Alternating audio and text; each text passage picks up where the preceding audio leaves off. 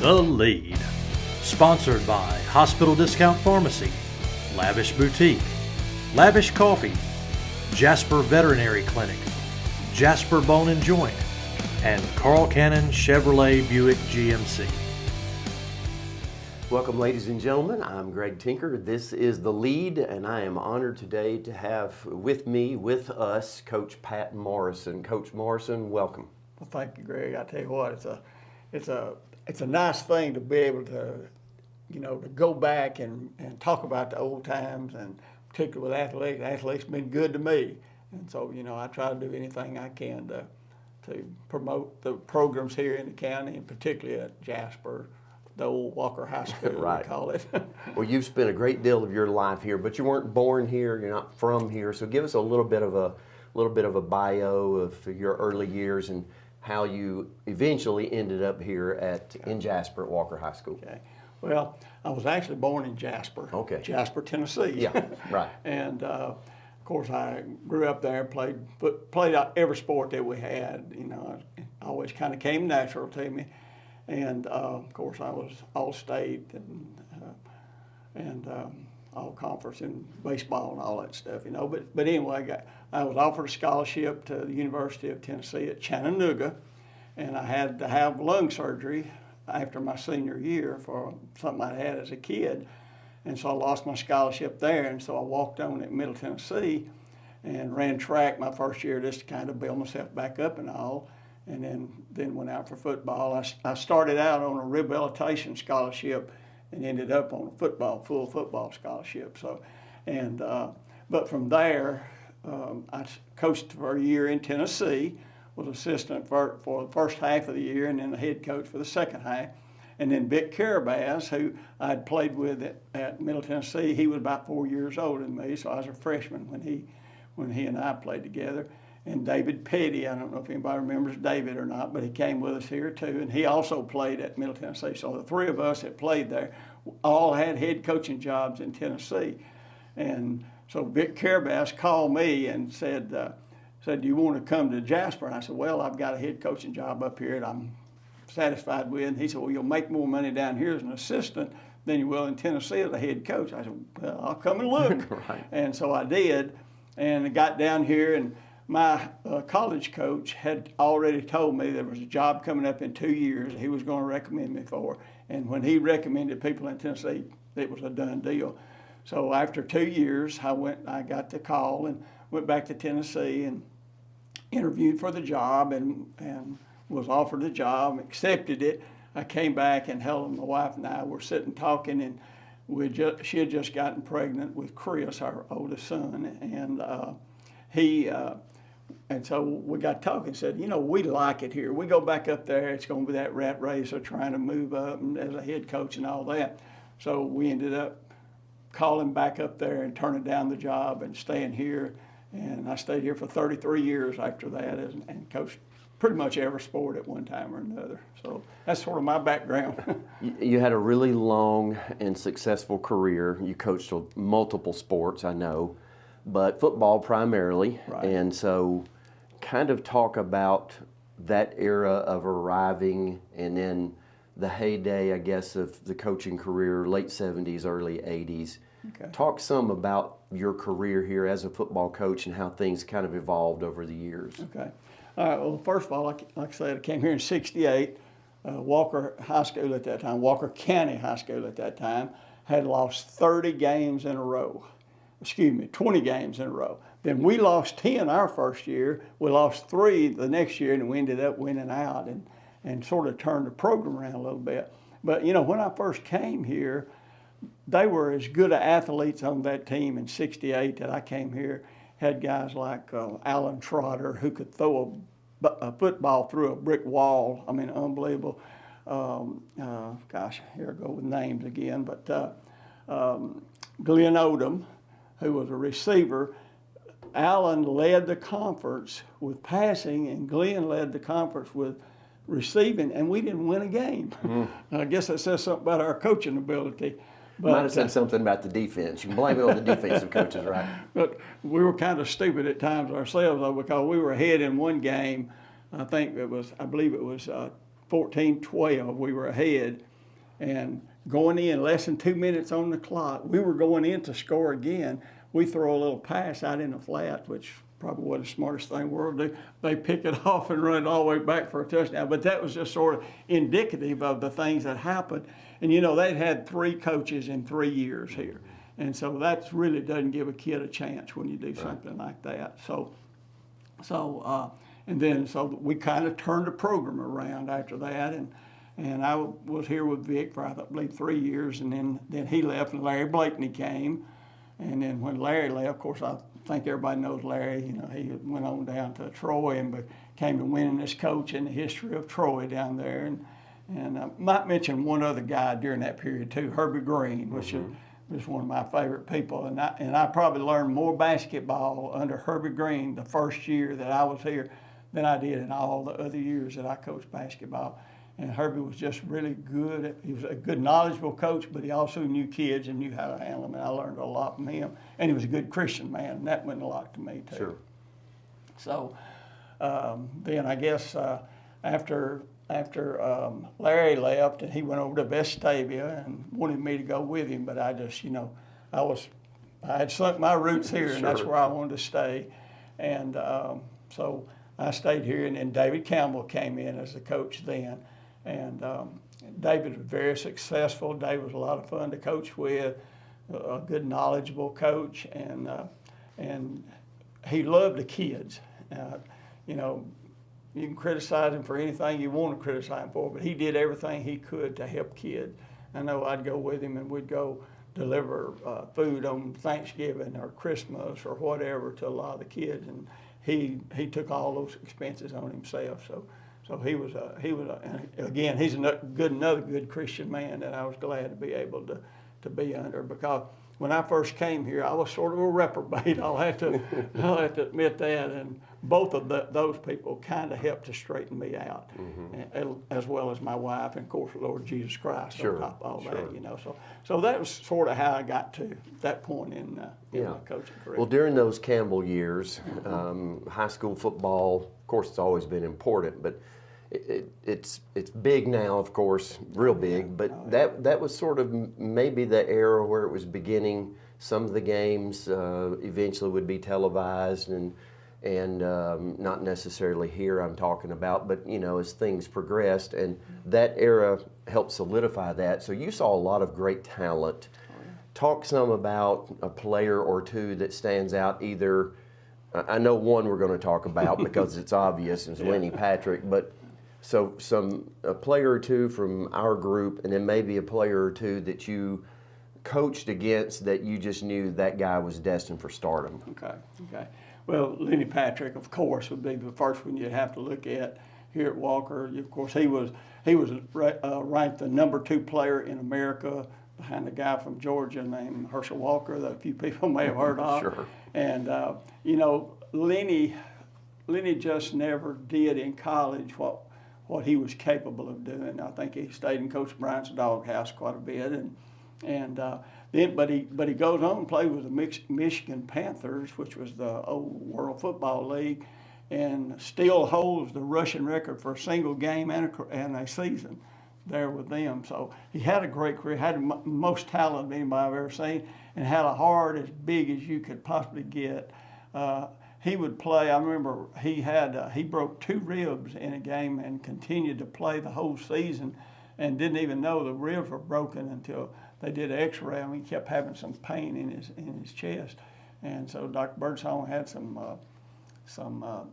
X-rays set up, and he had 2 broken ribs that were already mending. So, but he, you know, now he could be a little bit of a pain during the week, but now on Friday night when they turned the lights on, you couldn't say anything bad about him. He gave you every ounce of energy that he had. So. And that's back in the day when you would hand the ball to him 35 or 40 times a game, right? That's right.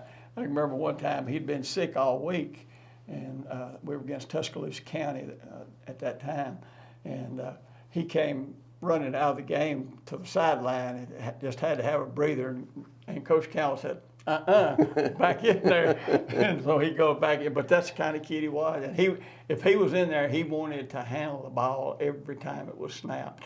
And a lot of people don't realize this about Lenny. Lenny wasn't just a scat back. I mean, now he run over you. He was Sure. a strong runner, and we've looked at films on him. I remember one time he ran about a 7-yard touchdown,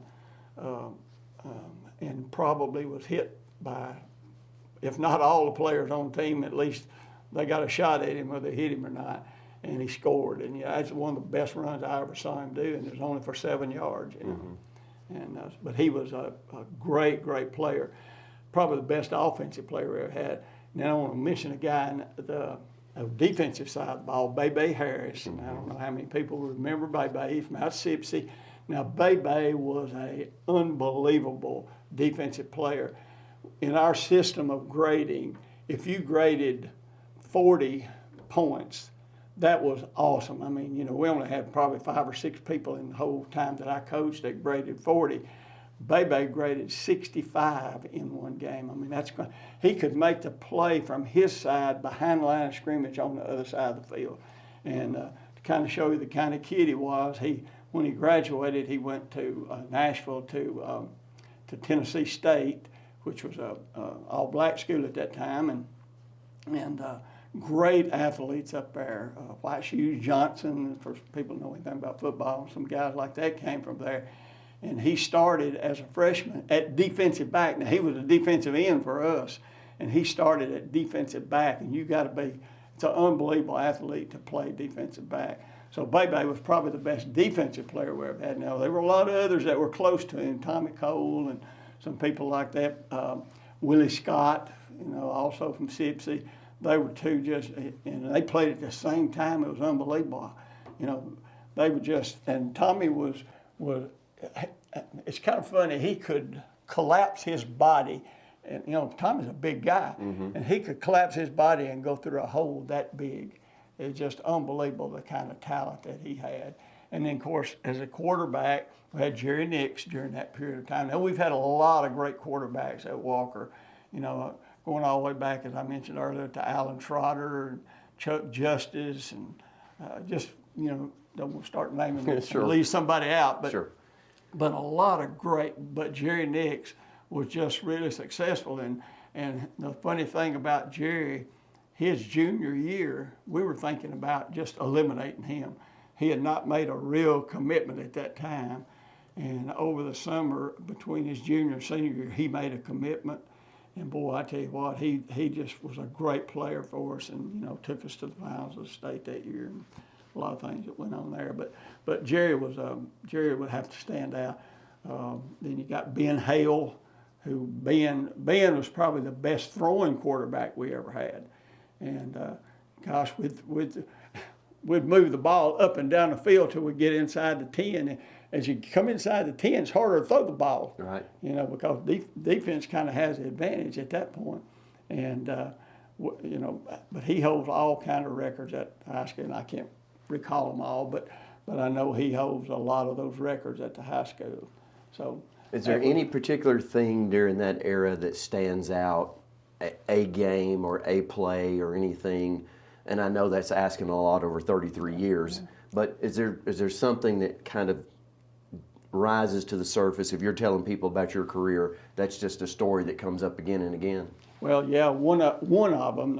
I could go on and Sure, talk all sure. day about, you know, but Greg Hendon, who was our inside linebacker along with J.D. Williams at that time, and they were both like coaches on the field. I would start a statement, they could finish it for me. They were that in tune to what we were doing.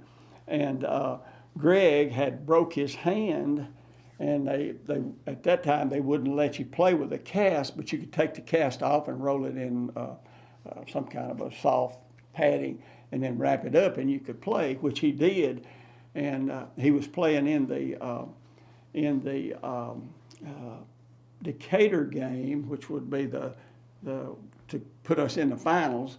And of course, first thing that happened in that game, an official called the ball dead, and when they had pitched the ball out to Lenny, and Lenny went down the sideline and scored, and the official came in and this is a true story now, the official came in at halftime and was crying because he was wondering if he was going to get out of this place alive. If we'd have lost a ball game, I mean, you know, our fans are, even during the years that we were losing, our fans, buddy, they are true fans. And so he was really afraid. But getting back to what I was going to tell you, you have to watch me. I get off on No, that's on okay. I rants. remember that play very well because he thought, I believe Isidore McGee was the fullback, right. and he thought Isidore was Isidore had it fullback, and yep. blew it dead, and Lenny's around the end to score easily, and, That's right. and so take a touchdown off the board, you know. But Greg had played that game, and he comes in and against Decatur, and if we score the extra point, we win. And he comes in and kicks that extra point, and it looked like he had a 20-pound arm on, and kicked it to put us in the finals of the state playoffs. So that's something that I really remember. And there's, I could almost take every kid that was on that team and tell you a story about each one of them. There was a run of athletes, from about 74 maybe through 82 or 3 that were just pretty incredible to have that convergence of guys. And you've already mentioned Sipsey, but back in that day, because buses ran from the county to Walker High School, then you had kids coming really from everywhere all around the county.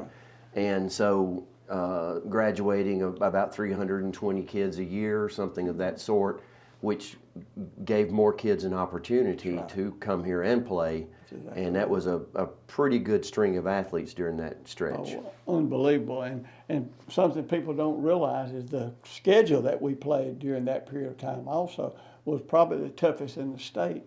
And of course, you talk about a lot of these teams now, they're not the powerhouses in the state, but when we were playing, they were. And we were kind of in the bottom 1/3 of the classification, and that has a big effect. That's hurt Jasper High School.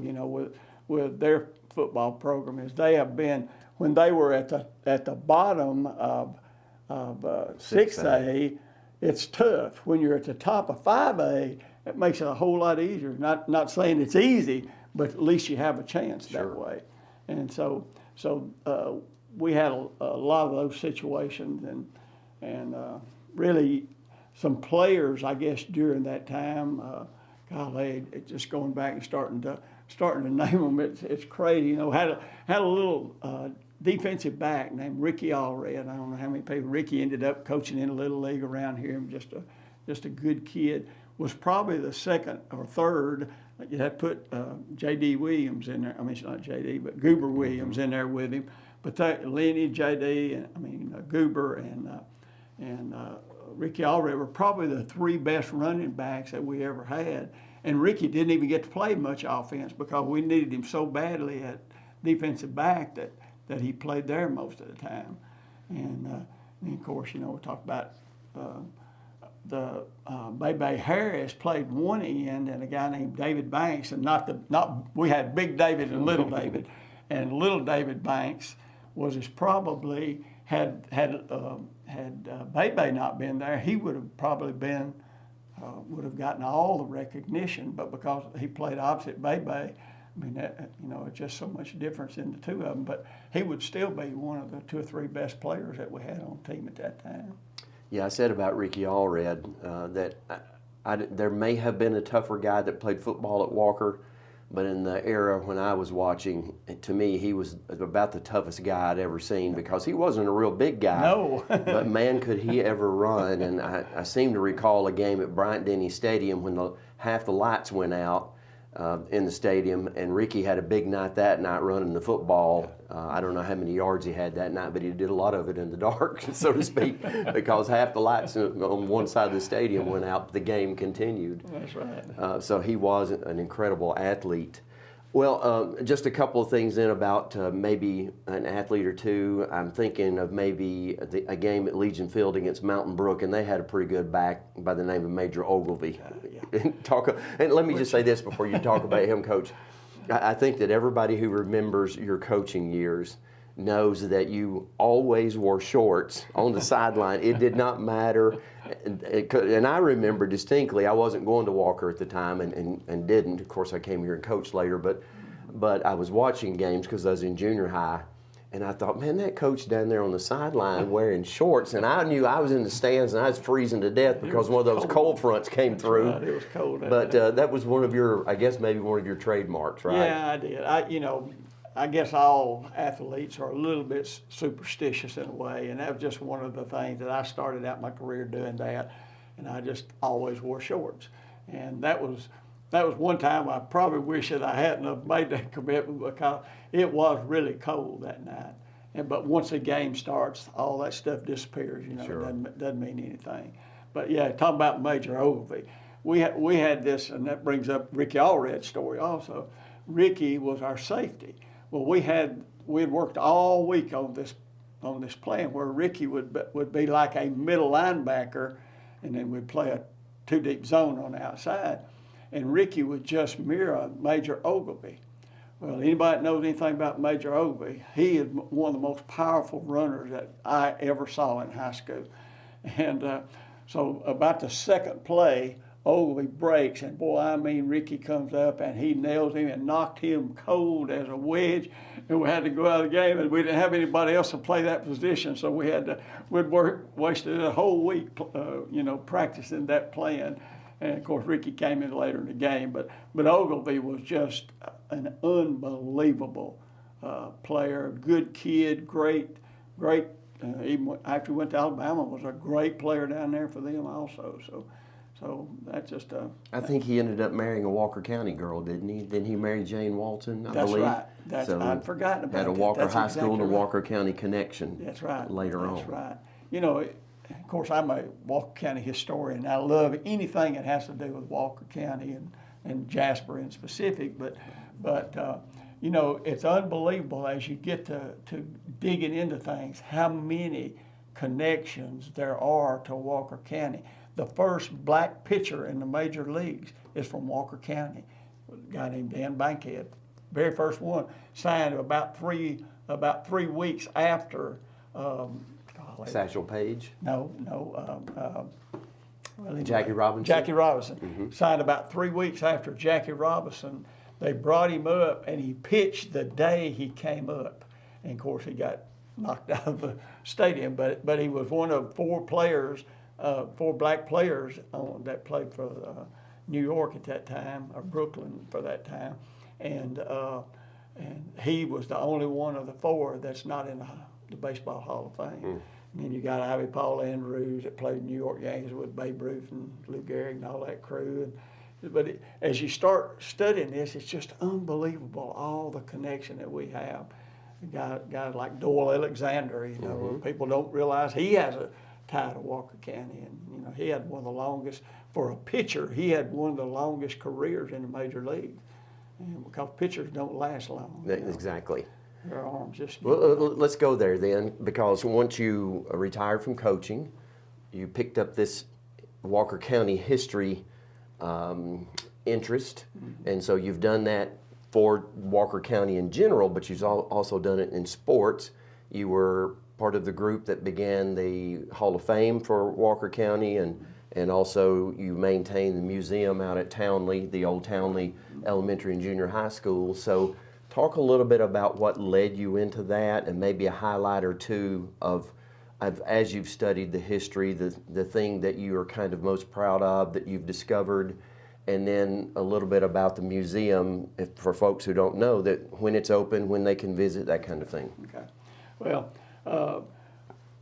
first of all, when I was athletic director, I had the pleasure of starting a Walker High School Hall of Fame. We did that, and then after I retired, I got involved with the Walker County Hall of Fame, and so we developed that along with Mickey Beatty has just been a godsend for the Hall of Fame. Mickey is a go-getter, and he's done a great job with making sure that thing stayed, and he's still involved with it. And of course, what I do is I just do the exhibits out there at that thing. I was on the board for a number of years, well, until this last year I went off, and I took myself off because I felt like I wasn't being, my memory is not as good as it used to be, and I didn't want to do anything that would hurt the Hall of Fame. So for that reason, I kind of stepped out, and we'll see how that goes. But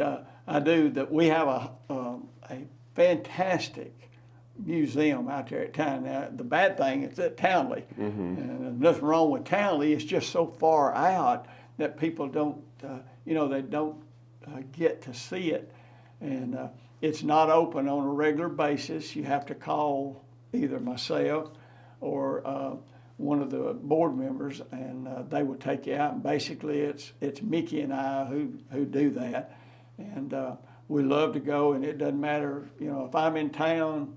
I love to take people out there because we've got what I consider is one of the best sports Hall of Fame around, and I go to all of them. Of course, it doesn't compare to the Alabama Hall of Fame, Right. but it's still a very, very good. I've been to a lot of Hall of Fame and museums, and I think ours is as good or better than any of them. And we've got some really unusual artifacts. We've got trophies from national champion or state champions. We've even got a national coach of the year, Gary Pilling in tennis, and we've got a lot of college memorabilia of players that went on to Alabama and Auburn and North Alabama and places like that. We got a lot of their memorabilia there, and it's not a football Hall of Fame. It's a sports Hall of Fame, and so we try to cover every sport. We've got every school from LSU, had a track guy from here in Walker County go over there and ran track for them. Was a great, played football too, but his forte was really track. And so we cover a wide variety of things. And I was going to tell you a story, but I can't remember the guy's name, so I won't go into that right now. Well, tell folks about your booklets or books that you've written in Walker County history and how they can how those are available. Okay. I've written 2 books. One of them was a history of Walker County through postcards. I'm a big postcard collector, and I've got probably, I say I've got 30,000 postcards. It may be 20 or it may be 60. I don't know, but I've never counted them. But I've got a phenomenal collection. I've got a collection of just Walker County postcard, probably 500-600 of just Walker County. People say, "Oh, there's not that many." Yeah, there is that many, and a lot of them are, from all the different towns. I had a picture frame that took a postcard from each community and put it into a frame and framed that up. And of course, I also work with the Bankhead House and Heritage Center and do the exhibits up there. And I also do the exhibits for the Arts Alliance out at the hospital. And those are the things that I really enjoy. And then plus I have a museum at my own house, and I've just, I had a room 30 by 24 and it got so full, I've just added another 30 by 24 onto it to get, my wife actually kind of encouraged me to do that because it was starting to run over into the house and that just doesn't work. Sure. So we've done that. And anybody who would like one of my books, sometimes they'll have them at Sun's Supermarket. My granddaughter was over in Birmingham, and they had them on display. Had put them on display over there, and she was over there with some of her girlfriends, and they walk into the Books and Me, and she said, "That's my pop." Right, sure. So it is, but you can, if anybody needs one or would like to have one, they can call me, and I'd be more than glad to Can they find you on Facebook? No, I'm not very. Social media. Yeah, social media. I'm not much into that, but I'd be glad if y'all wanted to put my phone number on the program. That'd be fine with me. And anybody who would like to come and visit my museum, the Hall of Fame out at Townley, the one at the Bankhead House or the hospital, if you'll call me, I'd be glad to go out and show you where it is or whatever, So, but my whole thing, Greg, is that I want to make Walker County I want to keep the history of it alive. I want to make it the best place you can. I tell my grandkids all the time, I said, whatever you do, make sure that you leave the community you live in better off than it was when you came. Yeah. And I think if we do that, I think we're all going to be successful in life.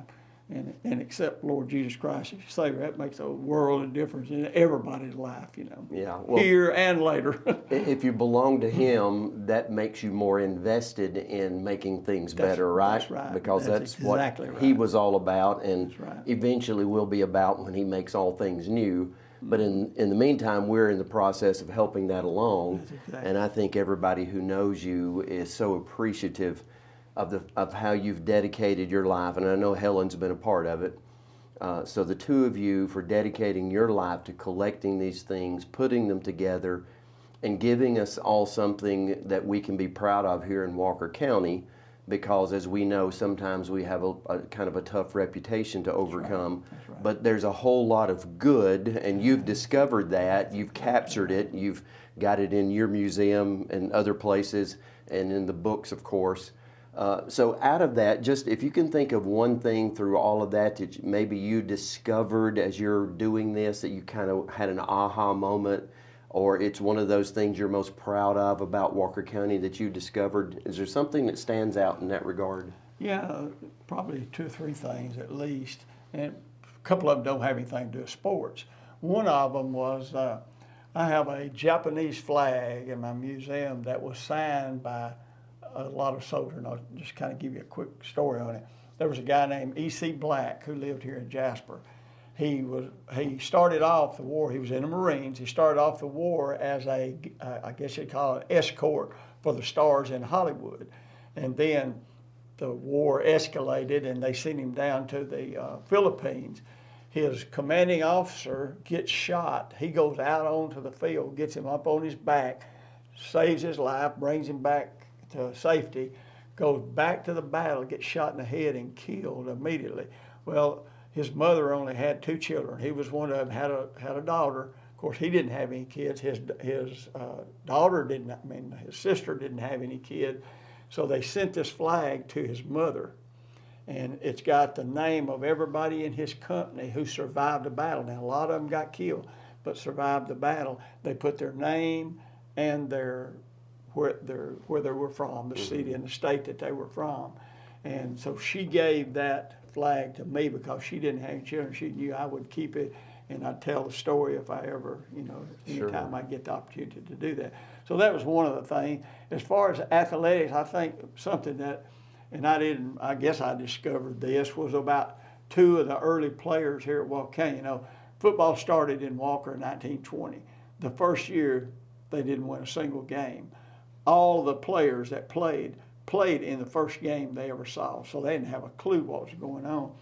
The first touchdown that was ever scored was by a guy named Joe Legg, who has taught and coached a couple of his great-great-granddaughters. Mm-hmm. And but anyway, he scored the first touchdown in history. Well, back then, a touchdown, you had to take the ball after you ran across the line and touch it to the ground. That's where touchdown comes from. And he didn't have a clue back then, and so one of his own players had to tackle him so the ball would hit the ground and do that. So, and then the 2 players that went on, to me, it's just amazing. Coop Perry and Bruce Jones, they went on. Both of them were all state here at Walker. They were state champions. They go to Alabama. They play one of the first national championship team there in 1927. They played there. Bruce was the captain of the team. They both go to the Green Bay Packers, were world champions up there, and then Coop came back and coached in the county, and Bruce came back, and he actually came back to Tuscaloosa, but he was on the very first coaching, official staff, along with Judge Al Blanton was another one that was on that, and official association, and so. Just little things like that, and it keeps me going. That's the thing that turns my motor, is to be able to find things like that. And then I mentioned already Dan Bankhead, the first black pitcher in the major leagues, and just nobody knew about that. And I'm sure they did, but it just never was brought to the surface. And of course, I kind of got that started, trying to tell that story. So a lot of things like that that really excite me when I find something like that. Well, we're glad that you've dedicated your life to that. And so I want to wrap all of this up. You've coached a long time, you're athletic director. So suppose you have a young coach that comes to you and says, Coach Morrison, I know you've had a long career. I've admired it, and I'm starting out. Do you have any words of wisdom that you could give me as a young coach so that I could avoid maybe making some early on mistakes? Anything come to mind that you would say to a young man or a young lady who's just starting out? Yeah, I guess two things really. One would be, if you'll keep Jesus Christ first in your life, you're not going to make a lot of mistakes. I mean, you're going to make mistakes, but they won't be mistakes that'll really get you in trouble. So that'd be the first thing I say, be a Christian, follow Christ. And then I guess the second thing I would do is, and we mentioned this earlier, is I'd tell them, make sure that it's not a job, it's a vocation, it's a lifetime, it's a life experience to me. And I know we talked about this earlier just when we were in here together, but I was sort of a hands-on coach like you were, and we wouldn't last too long in today's world, but there was one thing that I would say to a young coach: if you ever have to really get on a kid really hard, don't ever let that kid leave the field that you don't come put your arm around him and tell him why you did what you did. A real quick story. Sure. Yeah, absolutely. We had I won't mention any names, but we had a defensive lineman who, one of the rules that I had was when I step in the huddle, everybody gets quiet. When I finish, then you can talk or talk to each other, whatever. Well, I was having a discussion with our defense, and I look around, and this kid's turning around talking like this, and when he is, I just took a forearm and I hit him in the helmet as hard as I could swing, like I broke my arm. Of course, I didn't let him know that. And so after the practice was over, I went up to him and I put my arm around him and I said, "You know why I did that? You know what the rule is?" He said, "Yeah, I know, Coach." He said, I turned around and asked Coach Borden if he had any aspirin. I had a headache. He said, "But you cured my headache." so that's. But I would say, just really be interested in the kids. Sure. Because that's going to come back and pay big dividends in your life and the life of that kid that you're there. Because coaching is secondary to the life of that child. Right. And another thing, we're put in charge of the most valuable thing that any family has, and that's their kids. And we need to make sure that we treat them the best we can treat them. Sometimes you got to be tough, but you can always let them know that you love them and would do anything for them. Well, I know that's true of you because of the number of people who still have incredibly high regard for you, dating, all the way back to the 60s when you began coaching and all the way through. So I know that to be true of you, what you've just said. And so when you practice what you preach, your words have more power. That's right. And yours do, Coach. And I've known that for a long time. And I appreciate your investment in our community through the lives of all the young people that you have coached and taught. And now your influence still through your investment in our community. And because of all that, we want you to sign the lead poster there with Al insists that this happen every time, so if you'll sign that up there, we would appreciate it.